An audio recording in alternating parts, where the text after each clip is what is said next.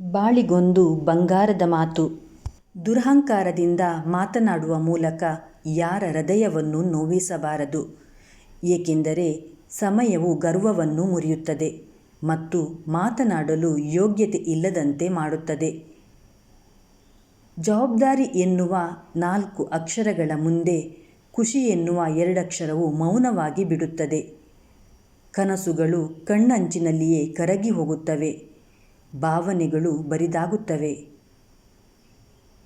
ಜೀವನ ಎನ್ನುವುದು ಪ್ರೀತಿ ಮತ್ತು ನಂಬಿಕೆಗಳ ಮೇಲೆ ನಿಲ್ಲಬೇಕೇ ಹೊರತು ಅನಿವಾರ್ಯತೆ, ಅವಶ್ಯಕತೆ ಹಾಗೂ ನಿರೀಕ್ಷೆಗಳ ಮೇಲಲ್ಲ. ಎಲ್ಲಿ ಸತ್ಯ ಇರುತ್ತದೆಯೋ ಅಲ್ಲಿ ಹಠ ಇರುತ್ತದೆ. ಎಲ್ಲಿ ಪ್ರಾಮಾಣಿಕತೆ ಇರುತ್ತದೆಯೋ ಅಲ್ಲಿ ಒಳ್ಳೆಯ ನಡವಳಿಕೆ ಇರುತ್ತದೆ. ಎಲ್ಲಿ ಕೋಪ ಇರುತ್ತದೆಯೋ ಅಲ್ಲಿ ಹೆಚ್ಚು ಪ್ರೀತಿ ಇರುತ್ತದೆ. ಸಂತೋಷ ಎನ್ನುವುದು 10,000 ಖರ್ಚು ಮಾಡಿ 10 ಊರು ತಿರುಗಿದರೆ ಬರುವುದಿಲ್ಲ.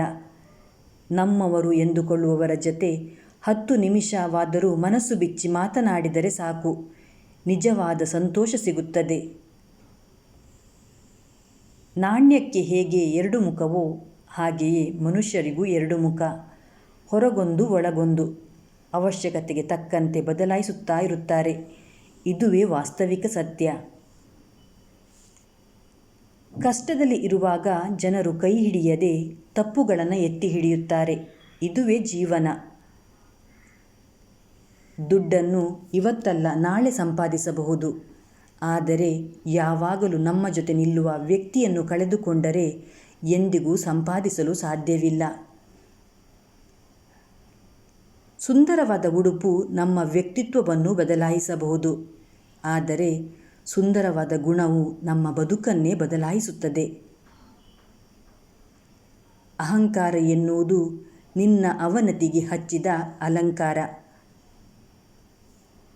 ಯಾರು ಒಬ್ಬ ವ್ಯಕ್ತಿಯನ್ನು ಸಮಯಕ್ಕೆ ತಕ್ಕಂತೆ ನಂಬಿಸಿ ಮೋಸ ಮಾಡುತ್ತಾರೋ ಅಂಥವರಿಗೆ ಆ ಸಮಯವೇ ಒಂದು ದಿನ ತಕ್ಕದಾದ ಪಾಠವನ್ನು ಕಲಿಸುತ್ತದೆ. ಶರೀರದಲ್ಲಿ ಯಾವ ಸೌಂದರ್ಯವೂ ಇರುವುದಿಲ್ಲ.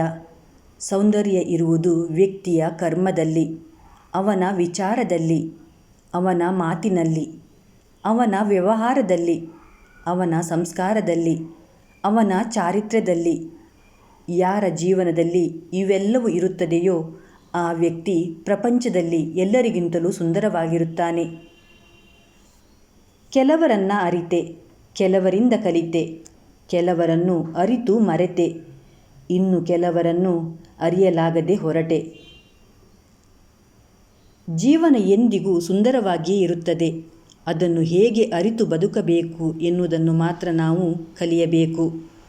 ಸ್ನೇಹಿತರೆ, ಈ ವಿಡಿಯೋವನ್ನು ನೋಡಿದ್ದಕ್ಕಾಗಿ ಧನ್ಯವಾದಗಳು.